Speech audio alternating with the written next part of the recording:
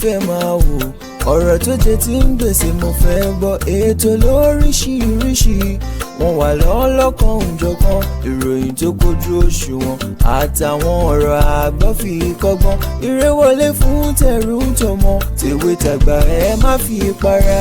Ìtura TV mo fẹ́ máa wò ọ̀rọ̀ tó jẹ tí ń gbèsè mo fẹ́ gbọ́ ètò lóríṣiríṣi wọ́n wà lọ́lọ́kan òjọ̀kan ìròyìn tó kojú òṣùwọ̀n àtàwọn ọ̀rọ̀ àgbọ́ fi kọ́gbọ́n eré wọlé fún tẹ̀rù tọmọ tèwe tàgbà ẹ má fi para àdànà kó kọjá mọ́rí nǹkan fèrè bàbá rere káwí parí BGI TV we are the pace setters. Bàbá gbàgede ìmọ̀ tẹlifíṣọ̀n station tí dòde. Mo kí gbogbo ojú tó ń wò mí káàkiri ayé, mo kí wa lọ́kùnrin lóbìnrin lọ́mọdé lágbà nínú ilé yìí, mo kí wa pákú dédé àsìkò yìí àsìkò bójú ọjọ́ ti rí ẹ̀ẹ́dọ́dún bí tó ẹ wá nǹkan fìdílé tàbí kẹ́ fìdílé nǹkan kẹjá jọjẹ gbádùn ètò ọ̀rọ̀ tó lọ tòní tàgbédé láti ìkànnì Bàbá Gbàgede Ìmọ̀ TV ìyẹn lórí Facebook a wà lórí YouTube ìyẹn lórí YouTube a wà lórí YouTube Bàbá Gbàgede Ìmọ̀ TV a wà lórí Facebook náà à ń jẹ́ Gbàgede Ìmọ̀ with Aláwìyé Adébáyọ̀ lórí Instagram ńkọ́ Gbàgede Ìmọ̀ _22. Mo fẹ́ fi àsìkò yìí dúpẹ́ lọ́wọ́ ẹ̀yin tí ẹ ti ń bá wa buwọ́ lu TikTok wa mo rí páàrin èèyàn díẹ̀ at least ẹni 12 nínú bí èèyàn 18,000 tó ti wo fídíò tá a ṣe lánàá èèyàn 12 péré ló dá wa lóhùn ẹ ṣé o ẹ̀yin méjèèjì láyẹn mo dúpẹ́ lọ́wọ́ yín 400 la wà tẹ́lẹ̀ ó di 412 láàárọ̀ yìí ẹ ṣeun ṣùgbọ́n tẹ́ ẹ bá fẹ́ máa gbádùn mi lórí Instagram lórí TikTok ẹ jẹ́ kí n fàsìkò yìí tún bẹ̀ wá tá a máa wo TikTok gan tẹ́ ẹ dẹ̀ fẹ́ máa gbádùn Bàbá Gbàgede Ìmọ̀ gbogbo orú ẹ̀fẹ̀ tá a máa ń ṣe yẹn orí TikTok lẹ́tì máa gbádùn ẹ̀ dáadáa àwọn ọ̀rọ̀ kókó kọ̀ọ̀kan àwọn short videos ẹ máa rí wò lórí TikTok bá dẹ̀ ṣe fídíò wa ń bí náà live ẹni tí ó bá fẹ́ wò lórí YouTube yóò máa wò lórí TikTok àmọ́ àfi ká pé 1000 tábà tí rí 1000 followers àti lè dá gbogbo àrà tó ń wà á kàn ṣe gbá àwọn fídíò kéékèèké kan síbẹ̀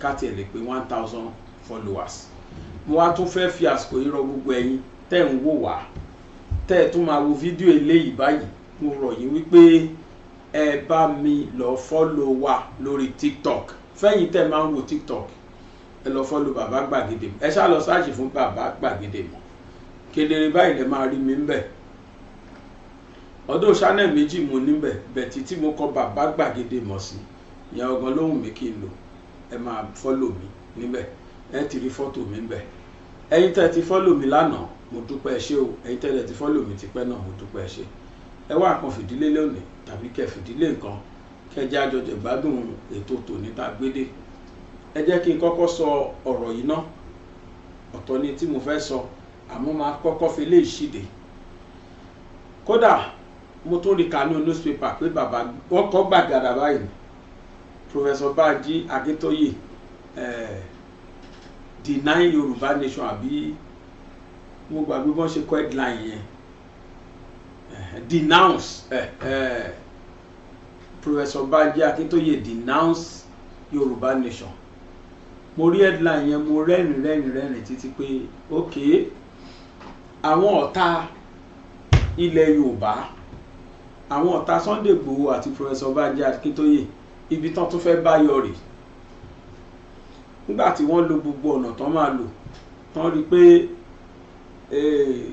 àwọn bàbá yìí wọn change ìfẹ́ táwọn ọmọ Yorùbá ní sí wọn túbọ̀ ń peléke sí ni wọ́n ti wá lọ síbi pé ká bani lórúkọ jẹ́ báyìí so ìbanilórúkọ jẹ́ ni wọ́n tún fẹ́ lò fún bàbá yẹn àtolóyè Igboho fídíò tá a ṣó lánàá fẹ́yìn tí ẹ bá mi wo fídíò àná ẹ rí bàbá tó dìdí jáde tó ń wá parọ́ mọ́ Sunday Igboho pé ó ti kọ Yorùbá nation à ń sọ fún yín gbà yẹn à ń sọ fún yín pé bàbá wa Gani Adam wọn parọ́ at the end of the day àrípò ń campaign fún Gani Adam against Sunday Igboho but tí gbogbo wọn rí ni pé ìfẹ́ tọmọ Yorùbá ní sí Igboho àti bàbá Banji Akintoye kò yí padà àwọn èèyàn rẹ́dì láti kórìíra àwọn méjèèjì yẹn àwọn èèyàn rẹ́dì láti padà lẹ́yìn wọn nígbà tá a gọ̀ bí tàwọn tó ń tẹ̀lé Dúpẹ́.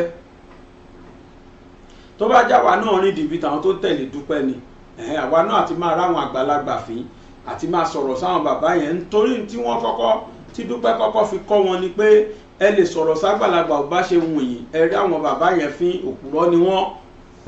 Àwọn náà wá jókòó sí díẹ̀ pé a lè sọ̀rọ̀ sí wọn bó bá ṣe wù wá ẹ lọ gbọ́ gbogbo téèpù wọn ẹ rí i pé bani lórúkọ jẹ́ nọ́mbà kiri ìsọ̀rọ̀ ságbàlagbà. Nígbà téèyàn bá wo bàbá àgbàlagbà yẹn over 80 years tó bàbá ẹlòmíì tó sì tó ẹlòmíì bí táwa lanu tápè ní bàbá Bánjí Akíntólè Sunday àti ẹ̀gbọ́n ti Sunday pé ọmọ yín ni ẹ lè pè lórúkọ tó bá wù yín kò kúkú so mọ́ lára bọ́ àgbàlagbà wà ń kọ́ kéèyàn wà àgbàlagbà ṣoṣo kó sọ lórúkọ tí ò ṣe tiẹ̀.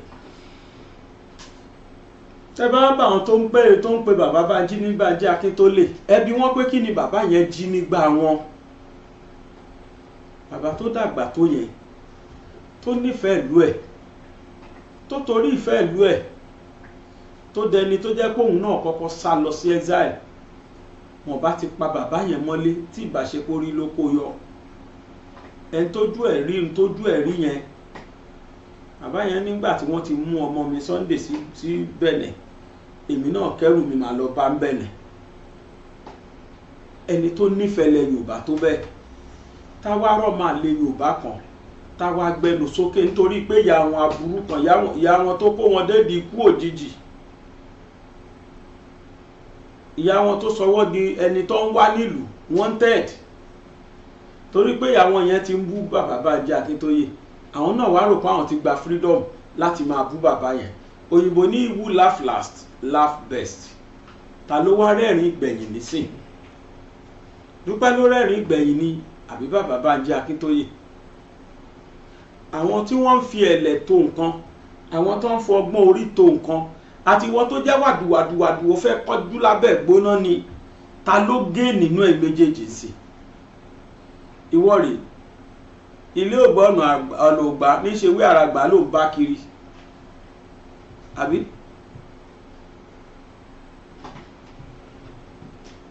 Ó tó bẹ́ẹ̀ kó sọ pé ẹ̀yin ọmọ Nàìjíríà bí tí mo wà rí ó tó bẹ́ẹ̀ tàbí kó wà Nàìjíríà kó fi rẹ̀ hàn kó wà Nàìjíríà. You are now a wanted.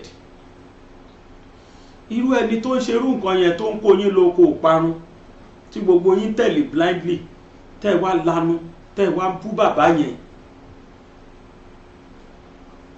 Nigeria government wọ́n declare bàbá Bánjí Akíntóyè wanted rí láyé látọdún tí bàbá yẹn ti dáyé torí pé tó follow rule of law ni. Even pẹ̀lú pé wọ́n agitate láti gba Yorùbá nation yet wọ́n declare bàbá yẹn wanted because he has his IQ. Ó mọ nǹkan tó ń ṣe ó dẹ̀ ṣe lọ́nà ẹ̀tọ́. Àwa tá ń tẹ̀lé ó ń carry wa along títí mọ́mọ́ ẹ̀ Sunday Igboho kò ever filẹ̀. Àwọn bàbá tó ń dúró ti ní lọ́jọ́ ṣòro bàbá mélòó ló lè ṣe bẹ́ẹ̀ kó kẹ́rù ẹ̀ kó dẹ̀ gba Benin lọ pé ọ̀ǹtí tó bá release ọmọ òun ò ní padà sí Nàìjíríà. At the verge of his exit wọ́n lọ yìnbọn mọ́lé ẹ̀ hoping that ó wà nílé. Bàbá yìí náà lọ́mọ kì í ṣe pé àwọn ọmọ ẹ̀ kì í bá sọ̀rọ̀ bàbá ò gbọ́ ni. Ó ti gbà pé that is my calling. Irú bàbá yẹn lẹ wá lọ bàjẹ́ nínú front newspaper nínú front page newspaper lẹ́fí kọ tabloid. All in the name of that you want to score cheap point.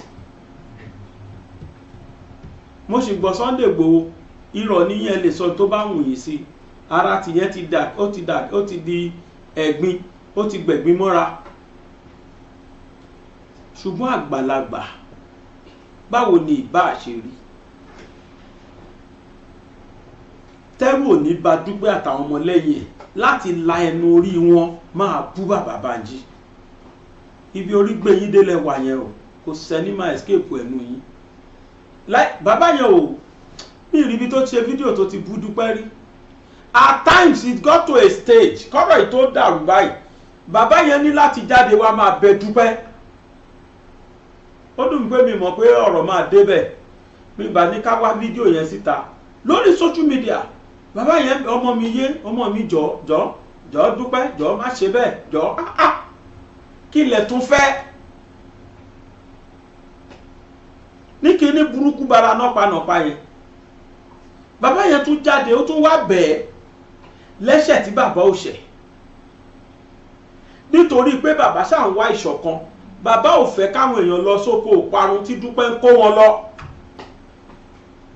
Bàbá was begging her, gbogbo wa rí nígbà tí bàbá yẹn jáde tó ń wá bẹ̀ ọmọ mi jọ ọmọ mi Dúpẹ́ má ṣe bẹ́ẹ̀ o má ṣe bẹ́ẹ̀ jọ o. Mo wò lọ́kàn mi pé irú ẹ̀dá wo ni bàbá yìí. Bàbá yẹn ó sọ rẹ̀ dàṣàkẹ́ tí wọ́n ti gé létí lọ gbogbo aburú tó ọmọ lẹ́yìn Dúpẹ́ sọ sí bàbá yìí ò tún kí ẹ̀. Àgbàlagbà ajá kì í bá wọ jẹ́ ọbẹ̀ kì í mì níkún àgbà. Bàbá Bánjí ní quality tá a fi ṣe àgbà lọ́lọ́run sì ṣe ṣàánú ẹ̀dí èjì tó wà ẹ̀. Bàbá yẹn ní quality àgbàlagbà lọ́wọ́. Ṣé tẹ̀gbìn tí bàbá yẹn ti rí ni ká sọ àbí ti ró oríṣiríṣi táwọn ọmọlẹ́yìn Dúpẹ́ ti pamọ́? Ó gba 500 million ó gba 200 million Bánjí Akíntólè Bánjí Akíntólè kò dé dáhùn rí. Bàbá yẹn á tún máa dìde á tún máa jáde á tún máa bẹ Dúpẹ́ ni. For the first time tí màá gbọ́ tí bàbá yẹn máa against Dúpẹ́ ó nígbà tí Dúpẹ́ ṣúrẹ́ tó kọjá yìí. Bàbá has to come out and deny. Mi mọ̀ ọkọ̀ ń pa ẹ̀ o mi ò mẹ́ni yẹn o a kì í ṣe kan náà o. Òmìnira 2022 ni wọ́n o. Yorùbá nation làwa ń jà fún. Quality wo la tún fẹ́ lára àgbàlagbà tó jù rẹ̀ lọ at that man's age? Lóòótọ́ ni bàbá mi jù wọ́n lọ àmọ́ máa ń rí bàbá mi lójú bàbá yẹn. Kírú mi wá lanu pàkà kí n máa wá sọ̀rọ̀ sí irú bàbá kí ni ìbá ṣe o? Kí ni irú bàbá yẹn ìbá ṣe? Ní èjì yẹn ọwọ́ pé bàbá yẹn fi lélẹ̀ fọ̀nà náà nítorí Yorùbá kò sí tẹ́ gbé fún bàbá yẹn tó ká. Bẹ́ẹ̀ mo sọ kéèyàn wá lọ sí orí newspaper kó wá lọ fi ṣe tabloid láti bà bàbá yẹn lórúkọ jẹ́ kì í ṣe nǹkan tó dáa. Gbogbo àwọn tó bá wà nídìí ẹ̀ àwọn nu Ọlọ́run lánàá ti Igboho la rí àwọn tí ẹ̀ dídì fi tìyẹn ṣe fídíò ní tí ò ṣẹlẹ̀ tẹ́ pàrọ̀ ẹ̀ mọ́.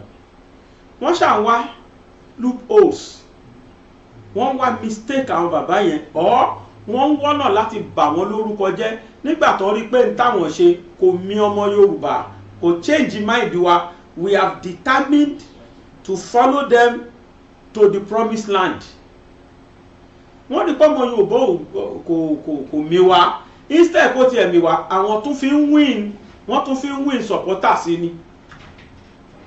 Ẹ jẹ́ sáré correct kìíní kan bí mo ṣe parí fídíò àná ni mo rẹ́ nìkan tó mẹ́sẹ̀jì mi pé kì í ṣe speaker House of Assembly Lagos Ọ̀yọ́ State ló pe Igboho.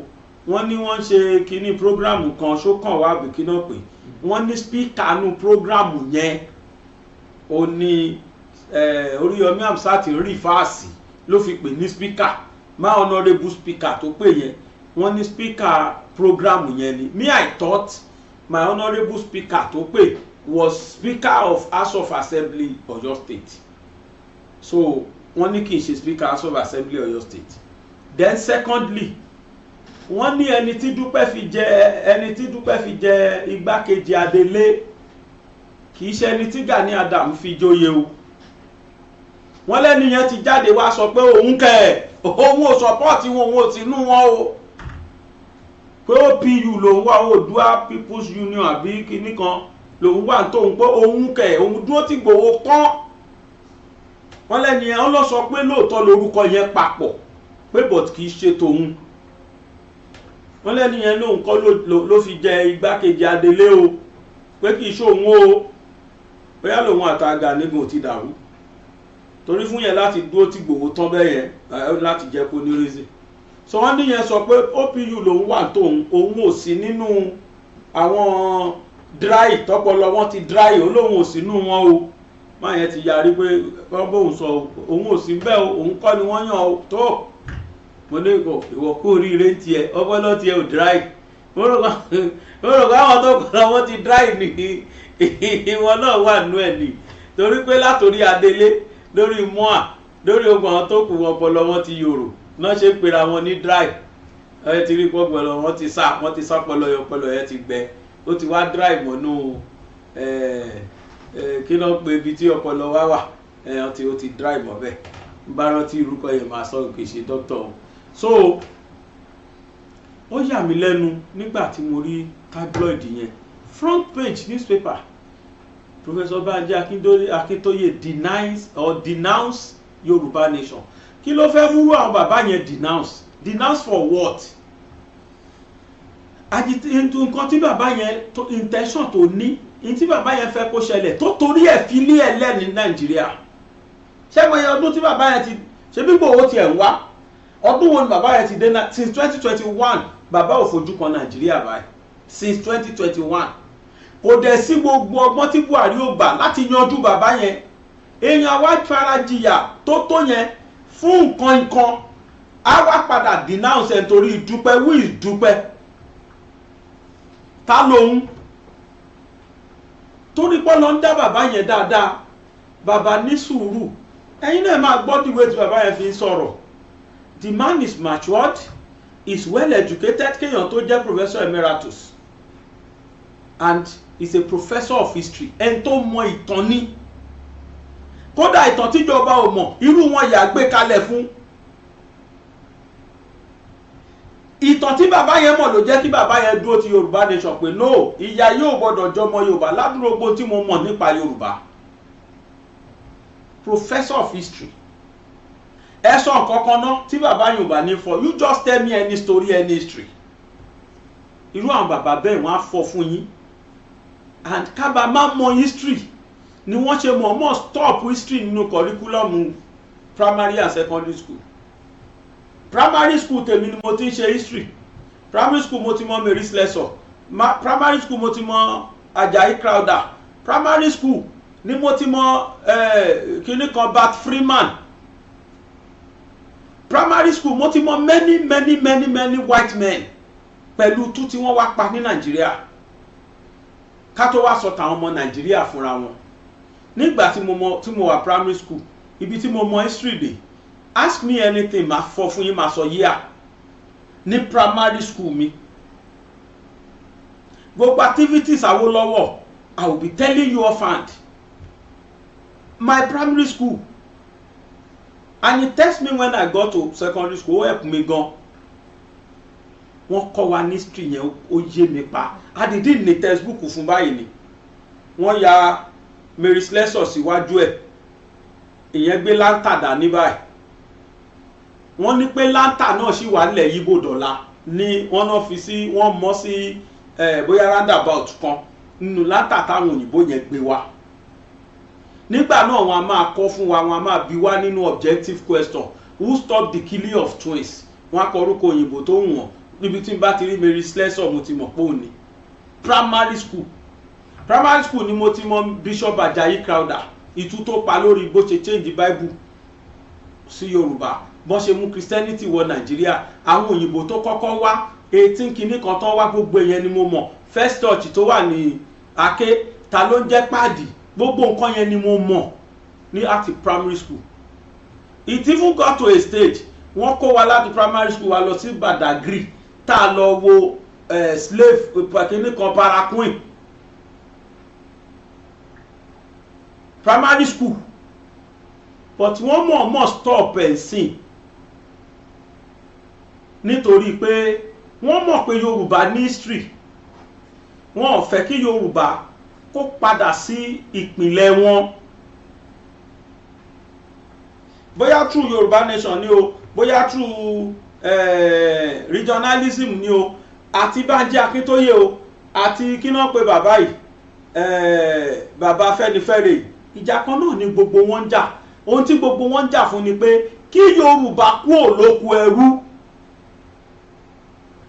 kí Yorùbá kúrò ní oko ẹrú Fúlàní ẹ rán mi létí bàbá yẹ Páyọ̀ Adébánjọ wọ́n interview bàbá yẹn ní Arise TV ní ìjẹta kọ́ ni ìjẹta àbánà ó dàpá nà ni bàbá yẹn make vital very vital comment kan bàbá yẹn ní do you think it is possible for you to join 3 to 4 kind of nation together and you will say one of the 4 nations should be the leader that will be controlling others.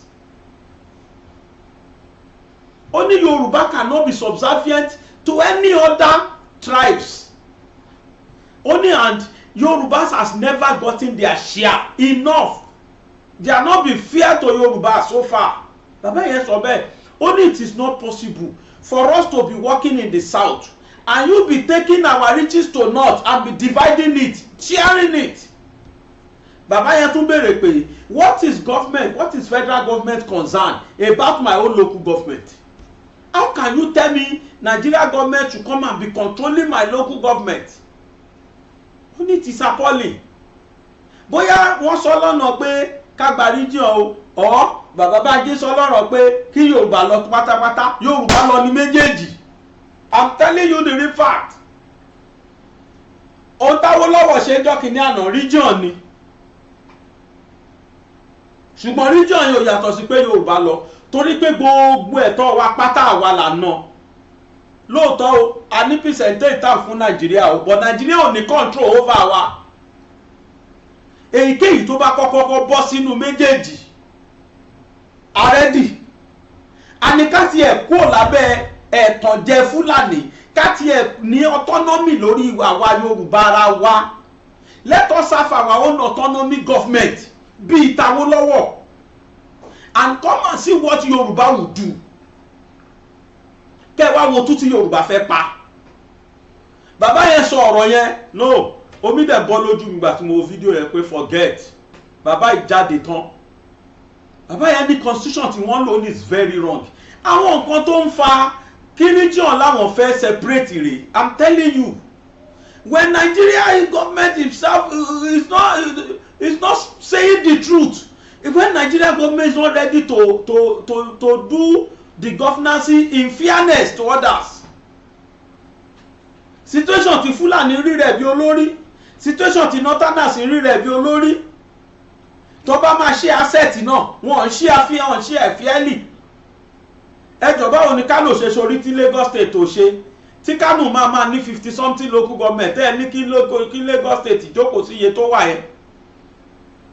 Wọ́n tún wá fi látijọ́ tí wọ́n ti ń create state láyé Northerners ló favour kò favour wá lẹ̀ Yorùbá just six states àbí 7 ló wà gbogbo south west pàtàṣe o mọye state tó wà ní north báwo náà ṣe sorí tà ṣe and that is why they are claiming the supremacy over us and that is why you see Yorubas coming out every day and say we are no more doing. Àgbàlagbà Yorùbá sọ ọmọdé Yorùbá sọ pé kò wọ́ọ̀kì mọ́. Governments of the day should listen to the elders, listen to their cries, listen to the younger ones. Ẹgbọ́gbe tí wọ́n ń ké, ẹgbọ́gbe tágbàlagbà ń ké, ẹgbọ́gbe tọmọdé ń ké.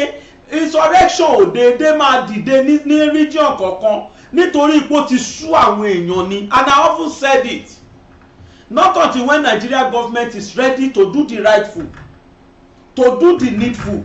Bí ìlú ṣe rí iná ló ṣiṣẹ́ máa rí. Lè fẹ́rù nǹkan táwọn onítìrí yẹn ṣe kù. Why? Because àwọn onítìrí ti study the situation of things. Wọ́n wò pé the vulnerables are crying. Vulnerability wọn yẹn ló wá capitalize lé lórí ló wá fi ń fún wọn ní kí ló ń pè mo fẹ́ sọ ní Yorùbá ló fi ń fún wọn ní ìlérí ló fi ń lérí fún wọn ló fi ń promise wọn wípé ẹ fọkàn balẹ̀ tá a bá ti gba Yorùbá nation yẹn nǹkan báyìí ní tó yẹ kíjọba ṣe lòun wá ń capitalize lé lórí pé òun máa ṣe. Ẹgbọ́n nǹkan tọ́mọbìnrin tí wọ́n mú tó wà nínú wọn sọ ó náà sọ fóun wípé ìrandéran òun ò tún tòṣì mọ́ wọ́n dẹ̀ máa pèsè iṣẹ́ tabua. Bátáwọn èèyàn káwé tán rí bí fìwé gbà wọ́n wá rẹ́nìkan tó dìde tó ń parọ́ tó mọ̀ pé rọ́ ló ń pa tó sọ fún wọn pé ibi tá a ní kẹ́ gbà yẹn o tẹ́ bá ti gbàbẹ̀ o gbogbo ẹ̀yin tẹ́ níṣẹ́ ìlà máa pèsè iṣẹ́ fún àwọn èèyàn tẹ̀lé ohun tó fà á nìyẹn. So díẹ̀ lọ́wọ́ ọkọ díẹ̀ lọ́wọ́ àlè ni ẹ dá wa padà síbi tẹ́ ẹ ti kó wa òyìnbó ló fọ́ sí wa papọ̀ mọ́ gbogbo yín. In fact pa Ayọ̀ Adébánjọ ní don't say one statement anymore, it really it really baffles me, I don't like it. Wọ́n ní kí ni statement ó ní that the unity of Nigeria is not negotiable. Only who said so? When you are forcing us to be one and we can't be one. In fact ẹ wò ẹ jẹ́ n play video yẹn kó lè yé wa. Is that Temitope Awa? It is Hawa, sir. Who is speaking? Is that Temitope Awa? Yes. Is that Awa? It is Hawa, yes. Thank you very much. Yes. Yes. I'd like to make one point clear. And you press people must help us to make things clear. Don't confuse genuine organization with people who want to make a name. The Yorubas have never been connected with separation in Nigeria. If anything, Shifauno led the Yorubas to keep Nigeria together. And personally, I was in Bonu in 1979, campaigning for the UPN for Nigeria unity. The question of separation never arose in our program. The question of separation people are mixing up, particularly with Igboho and Professor Akintoye, is when they refuse to reconstruct Nigeria. Our own position is not for separation. Our own position is that the constitution we are having now is not our constitution. That is the Awon position which we are accompanying. It is the ability to have brought it together. It is the ability that is imposing on all that we are complaining about in this constitution. It was not made by our founding fathers. They were made by the imposed military constitution. That is why we say it must be changed. Any amendment, anything is just palliative. It will not work. You cannot keep a nation of Nigeria with several nations, several languages, several cultures, several religions under a unity form of government. That is our stand. And that is the condition that we were brought together by colonialists in 1914. And we are carrying on. And we agreed at Lancaster House in 1954 to stay together under certain conditions which we agreed to. And we are carrying on until 1966 when the military came over. So don't confuse us with those who want to make a name. We are not interested in that at all. What we are saying is change the constitution now to a constitution agreed to by all the stakeholders in the country. The Yoruba, the Igbos, all the ethnic nationalities. We must agree to live together and how to live together. We cannot agree on the constitution imposed by a section of the country. You must make that distinction. Don't confuse us with those who want to make a name or shouting Yoruba nation for relevance. We are not there.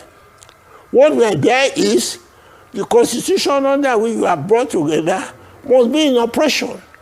And that constitution recognizes regional autonomy by all the sections of the country. All we are saying is, if the military is going back to the barracks, get it clear. Let them go back to the barracks with their constitution imposed on us and return us back to where they met us. If they are not going to do that, let us sit down and make a new constitution agreed to by all the stakeholders in the country. I think I'm clear. Why should we say we should come together and agree on the constitution? Why should there be a problem if there is no private agenda? Don't confuse us with if you don't agree with the unity form of government, you want to separate. And they talk about the question of Nigerian unity is not negotiable. That is utter nonsense. There's nothing more negotiable than the unity of Nigeria. We must agree to live together. You can't impose unity on a diverse nation like Nigeria. You must make that distinction. Chief Adebanjo. Ẹ̀gbọ́n tí bàbá yẹn sọ, bàbá ní don't ever say it again that the unity of Nigeria is not negotiable. Only it must be negotiable. Who says an error nonsense? We must agree to live together, not that you will force us to live together.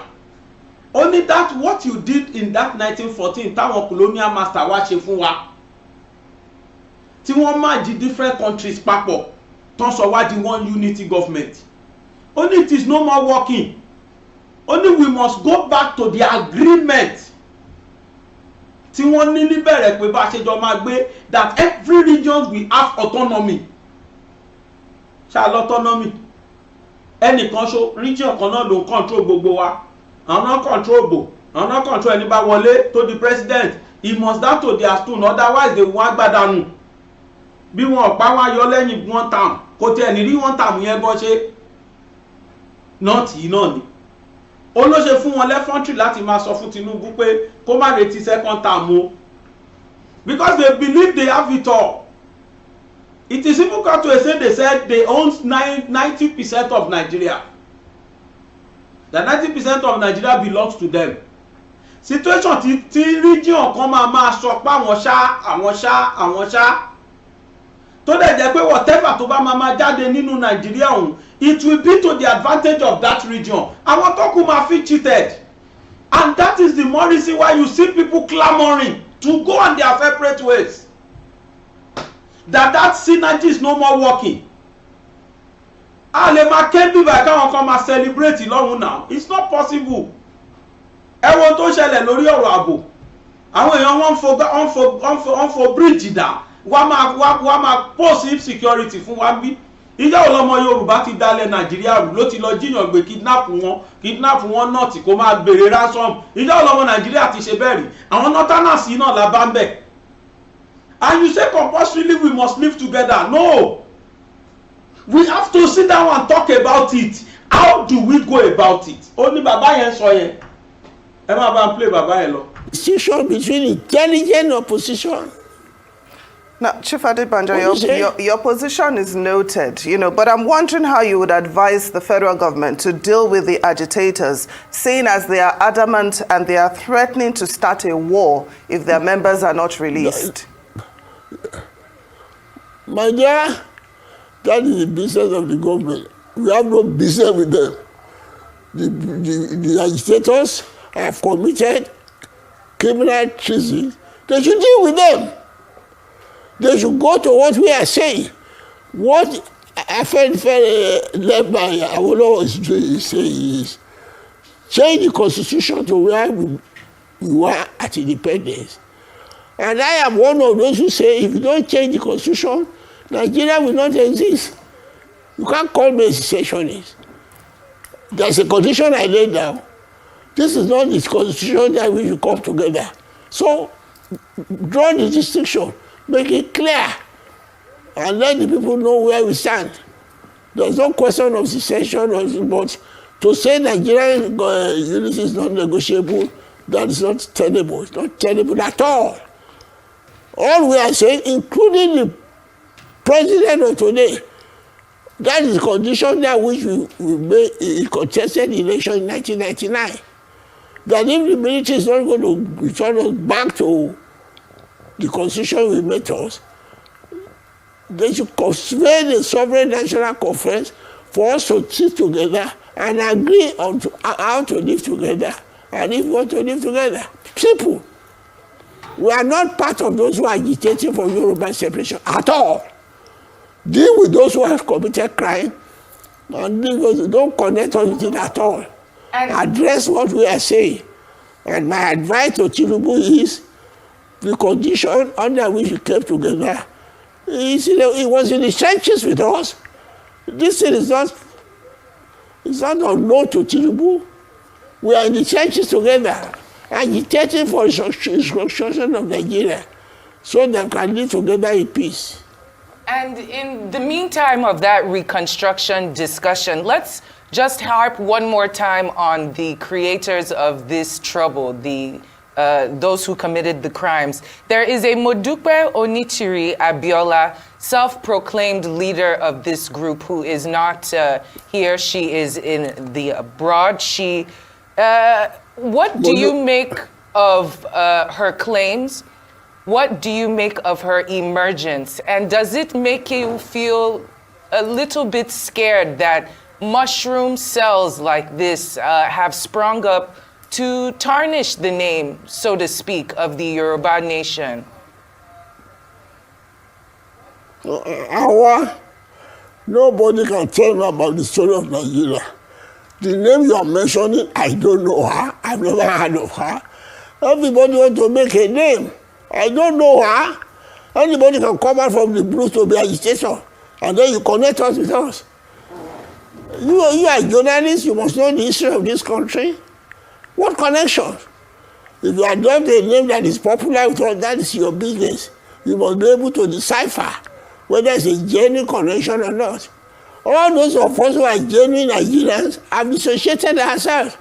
We don't know about that type of agitation. Who is he? Where does she come from?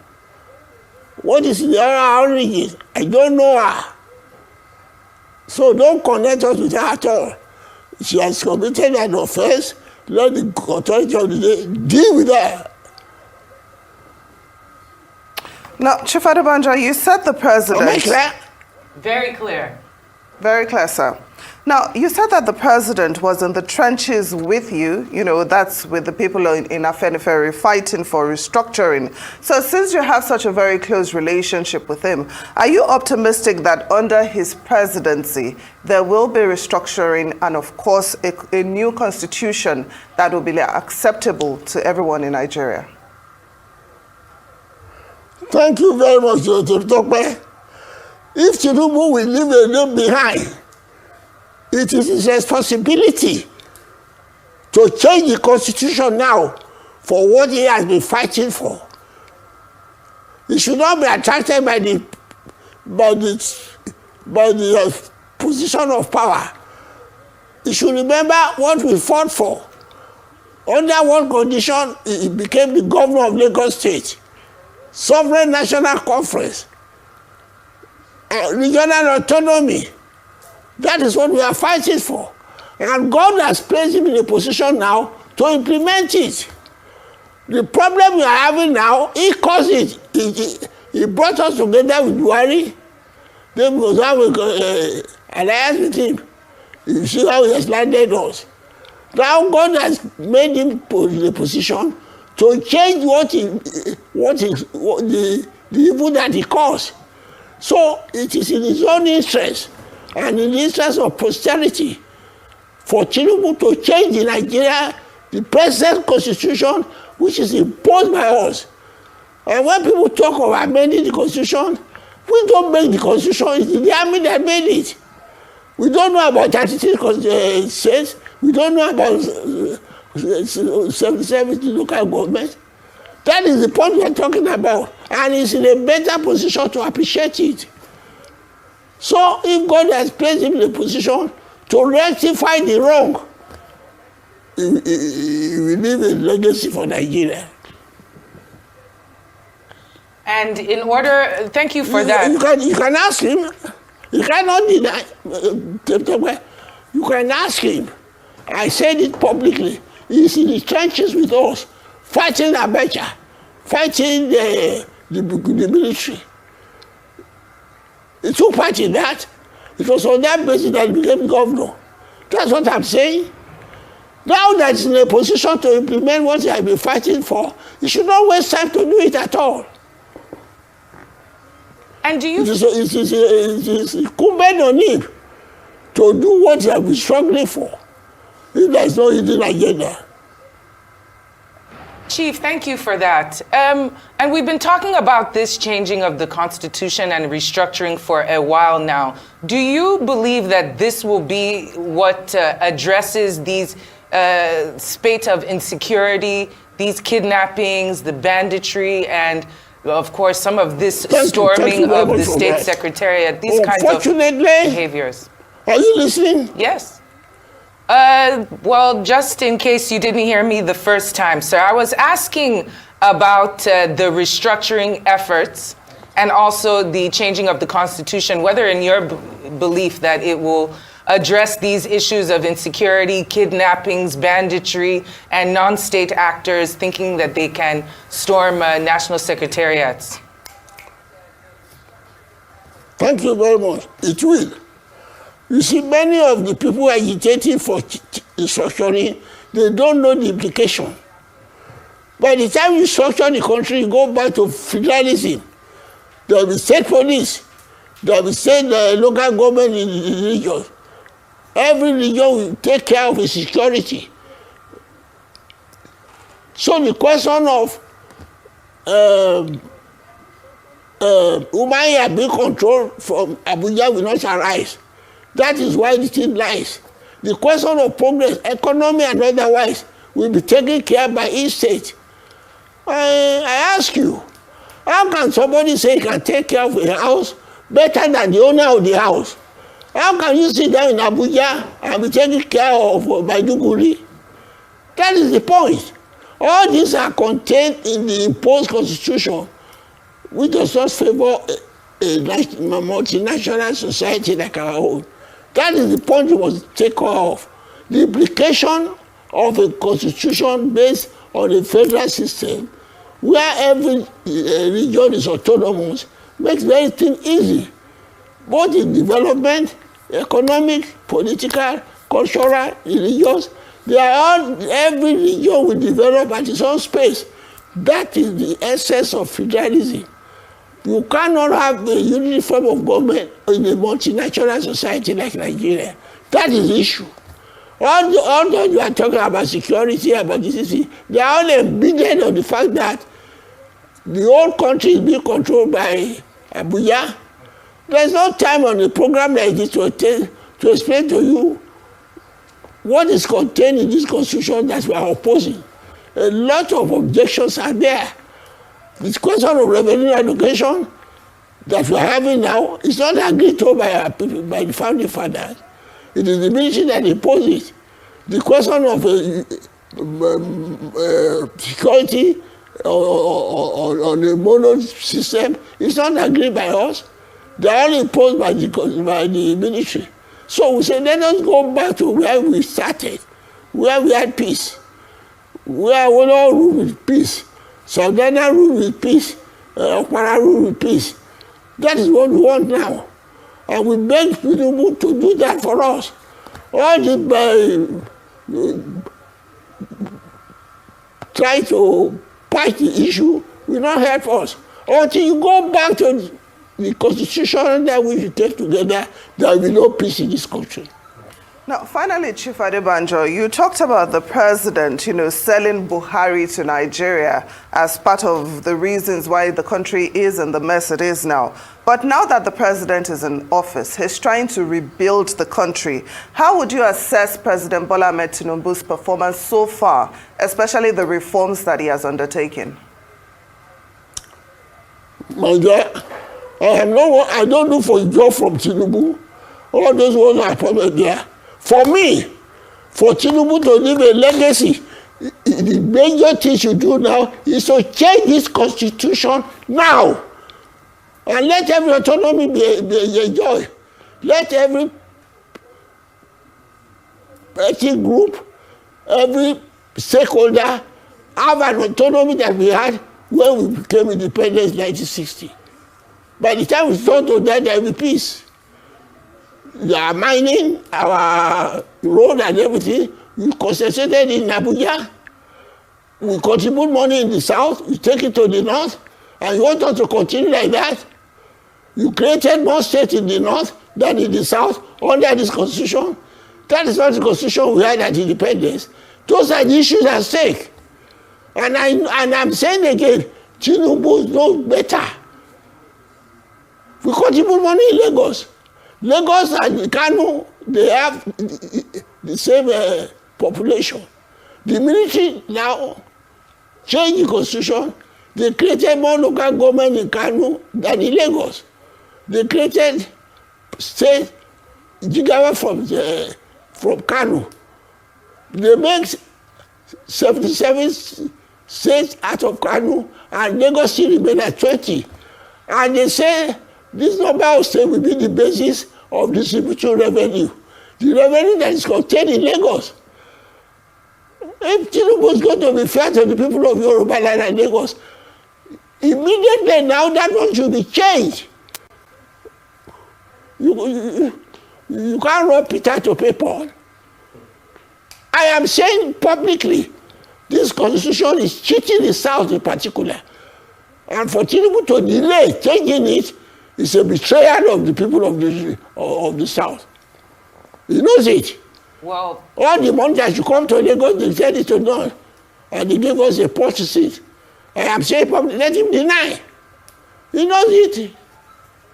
Well, Pa Adebanjo, it is always a pleasure to have you on the... Kódà ilẹ̀ wẹ̀wù bàbá bọ̀ bẹ́ẹ̀ ni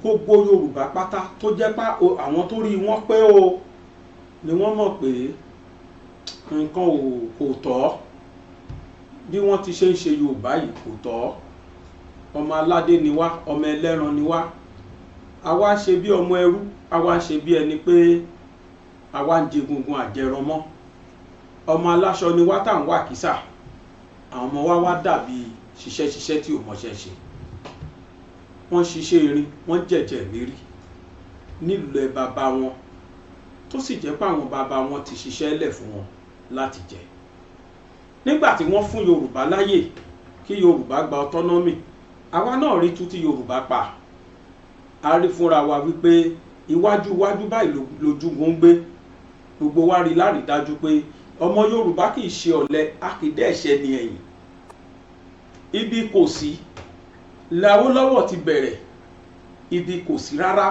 ló ti bẹ̀rẹ̀ ló ti sọ Yorùbá di ẹni tó ní tó tún ṣẹ́kù ajẹun tán a tún fi tàyẹ̀tàyẹ̀ ni àwa la jẹun tán tá a tún fi tọrẹ fáwọn tí ò ní àwa làwa lògùn ṣọ̀tán tá a tún bùyà àyàn àbí kì í ṣàwa Yorùbá ni lónìí àwa dẹni tí ń lọ tọrọ ṣáná láti fi dáná nílé kejì ikú ṣẹjọ́ wa ìṣe pé táì ní ṣàná ń lè ṣe bí Haúsá ló dé ṣe báwọn nọ́tánà ló dé ni wọ́n kó gbogbo dìndì ìṣáná wa dání láì ṣe pàwá náà mọ́ná já bí Yorùbá bá wá ń fẹ́ dáná ó di ká máa mókúta méjì ká máa fi ṣá orí ara wọn mo rò pé lóye ọ̀rọ̀ mi ń yé yín bá ti ṣe ń sọ yìí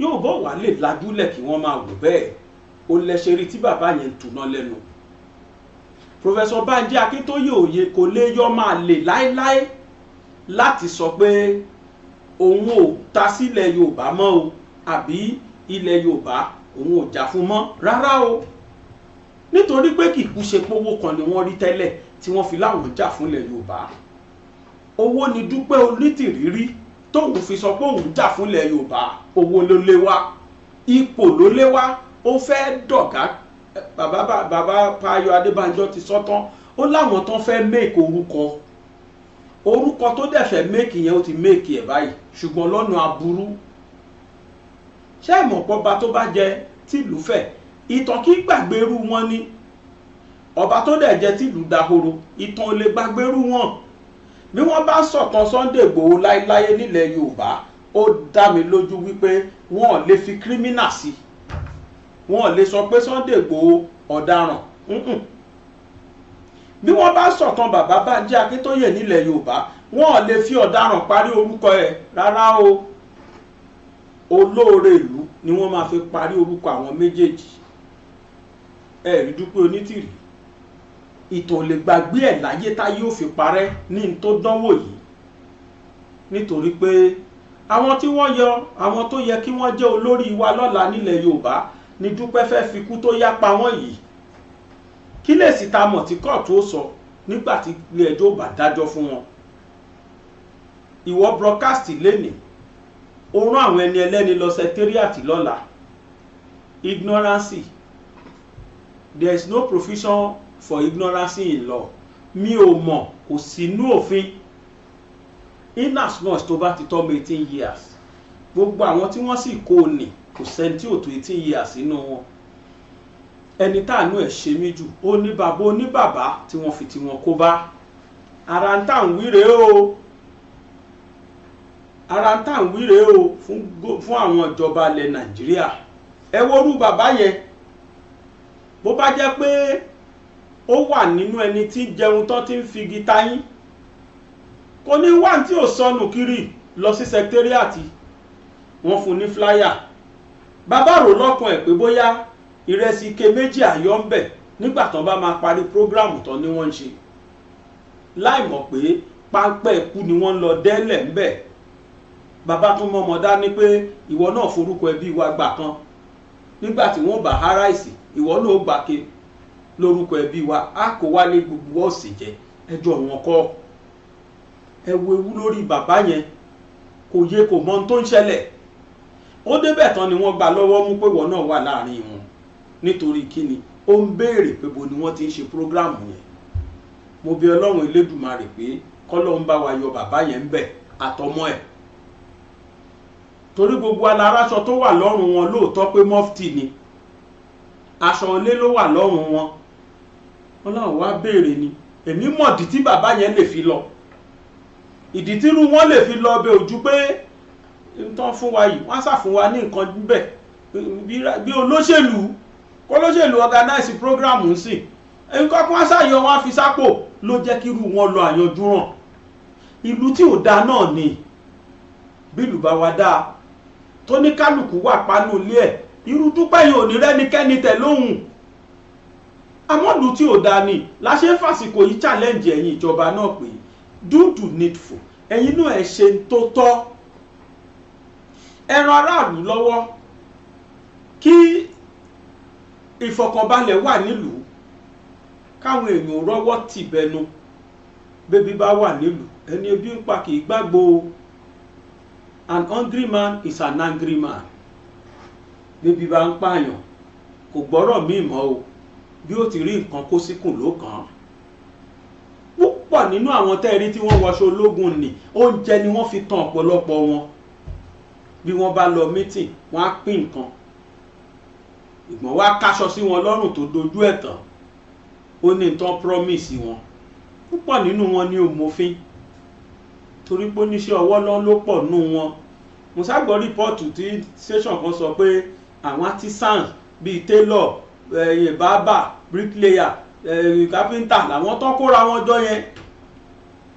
Dúpẹ́ dẹ̀ claim àwọn warrior wo ogun ibo ló ti train ni wọn, training school wo ni wọ́n lọ, iléeṣẹ́ ológun wo ni wọ́n lọ. Àwọn warrior wa tẹ́ ẹ̀kọ́ àwọn warrior yín wo. Ṣé wọ́n rò pé gbogbo èèyàn ló ya wèrè bí tàwọn ni? Ṣé wọ́n rò pé gbogbo èèyàn ni fún ẹ̀dórí kodò bí tàwọn ni? Àwọn ẹni ẹlẹ́ni tẹ́ ẹ lọ pín flyer fún tẹ́ ẹ kó láàrin ọjà lójúlé, tẹ́ ẹ kó mọ́ra wọn, tẹ́ ẹ kó yúnífọ́ọ̀mù sí wọn lọ́rùn tẹ́ ní kí wọ́n lọ pàdé kú òjijì. Borí bá bá wọn ṣe, gbogbo àwọn tí wọ́n kò ní borí bá bá wọn ṣe ni wọ́n fún wọn life jail. Àwọn tó ṣe bẹ́ẹ̀ lánàá ẹ lọ béèrè kú wo ni dínkà kú. Bẹ́ẹ̀ ni ikú wo ni dínkà kú? Ikú dìtẹ̀gbàjọba ni. Wọ́n dé mẹ́yìn àgbà wọ́n rọ́ Bájínátù sí lára. Àbú ìrosì ńkọ́ irú ikú wo ni wọ́n kú? Ẹ lọ wo irú ikú tí àwọn tí wọ́n bá dìtẹ̀gbàjọba, ẹ wo irú ikú wo ni wọ́n kú. Òfin máa ń parú wọn ni wọ́n á dájọ́ kú fún wọn. Borí bá báwọn eléyìí ṣe bóyá nítorí pé ó jẹ́ civilian coup, bóyá wọ́n lè fún wọn lẹ́wọ̀n gbére. Mo gbọ́ tàwọn àgbàlagbà nù wọn tí wọ́n ti wọ bí ọmọ 50 ọmọ 40 kìíní kan lọ sókè àwọn ọ̀dọ́ tó wà láàrin wọn ń kọ́ tí wọ́n máa fi ọjọ́ orí wọn tí wọ́n máa fi ọ̀dọ́ wọn bẹ̀rẹ̀ sí ní fi aṣọ péńpé jukú ọba. abẹ́ rò pé tán ṣe yẹn ẹ rò pé rémọdé ni. kò sí tó kàn jọba pé wọ́n tọ̀ wọ́n síbẹ̀ níjọba ò mọ òfin ò mọ yẹn. There is no provision for ignorance in law. ṣé ẹ ṣáà ti káṣọ wọ̀ ẹ wà nú ẹni gbébọn ẹ wà nú ẹni lọ dìtẹ̀ ẹ ti dìtẹ̀ gbàjọba. Dúpẹ́ tó wá rán wọn yìí o àní látijọ́ tọ́rọ̀ ìti ṣẹlẹ̀ ẹni bá gbóhùn Dúpẹ́ kó sọ fún mi ẹ kọ sí kọ́mẹ́ǹtì tí Dúpẹ́ sọ látijọ́ tọ́rọ̀ yẹn ti ṣẹlẹ̀ ó mọ̀ ni o. Dúpẹ́ mọ̀ pé tóun bá sọ kó wọ́n á track òun níbikíbi tóun bá ti sọ̀rọ̀. ṣebí tẹ́lẹ̀tẹ́lẹ̀ ṣe bẹ́ẹ̀ nu ẹ̀ máa ń jó wéwéwéwé ni kí ló wá dé tí ó sọ̀rọ̀ mọ́ látijọ́ tọ́rọ̀ ti ṣẹlẹ̀ torí pé nǹkan tó rò kọ́ ló bá n tó rò ní pé bó ṣe ṣẹlẹ̀ yẹn gbàrà ìjọba ò tiẹ̀ ní dúró gbọ́ wọ́n kàn declare Igboho wanted wọ́n declare bàbá Bánjí wanted ṣùgbọ́n lọ́ọ́ mú wọn okùn tán dẹ́lẹ̀ fàparò agilinti ló mú ẹbọ wọn ti dà lé wọn lórí ẹbọ wọn ó dà lé wọn lórí. mo nífẹ̀ẹ́ sí ìlú tí máa ń lù wọlé yẹn gan máa yẹn ó sọ ọ̀rọ̀ torí ẹ̀ pé nínú ìlú yẹn kí ló ṣe àwa Yorùbá tá lè jókòó kárórì tẹ́ ẹ bá mọ iye ọ̀dọ́ tí Dúpẹ́ ti kó bá àtàwọn tó tún ṣẹ̀ṣẹ̀ ń prepare pé kí Dúpẹ́ kó bá wọn lọ́wọ́lọ́wọ́ báyìí tí wọ́n sá pamọ́ àmọ́ ibi tán sá pamọ́ sí.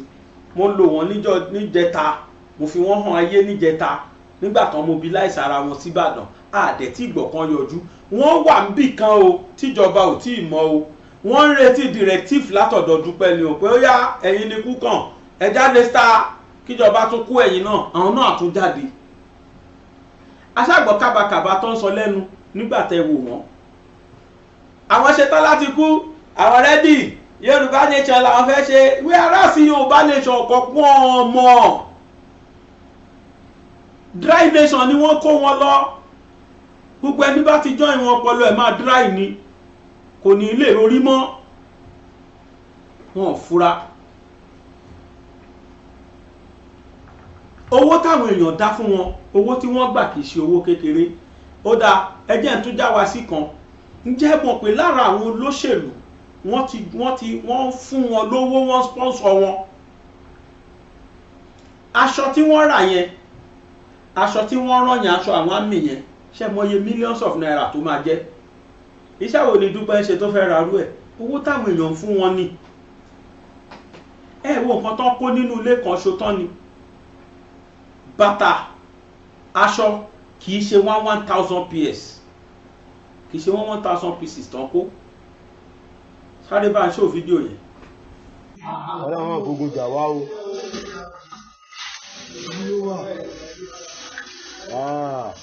ẹgbọ́n kùtùkà ìmọ̀ tó fi wá kò ní. ẹgbẹ́ ọgbọ́n wọn o. pépà yìí ni.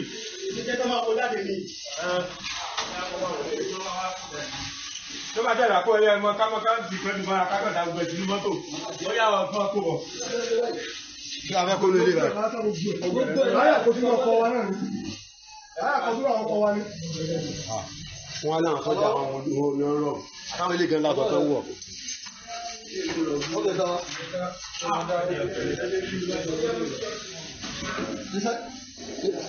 Iṣẹ́ ìdìbò.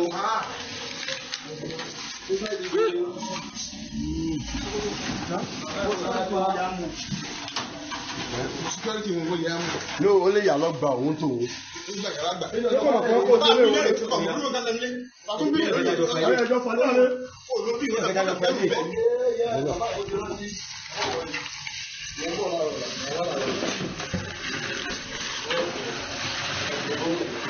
Àwọn tó bá lè gbà àgbàjá fún ọ̀dọ̀ àwọn tó ní kí mú ẹ̀wọ̀n tó.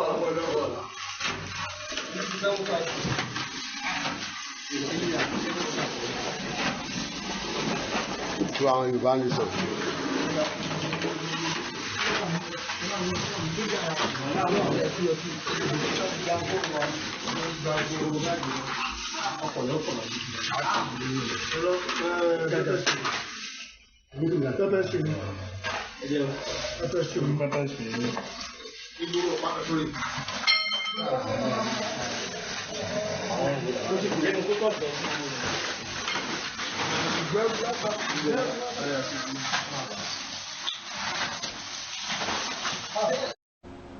nínú yàrá kan sẹ́ẹ̀tì kan làwọn eléyìí o ọ̀tọ̀ ní sẹ́ẹ̀tì tán kó nílé olórí yẹn nílé tí Dúpẹ́ wà tó escape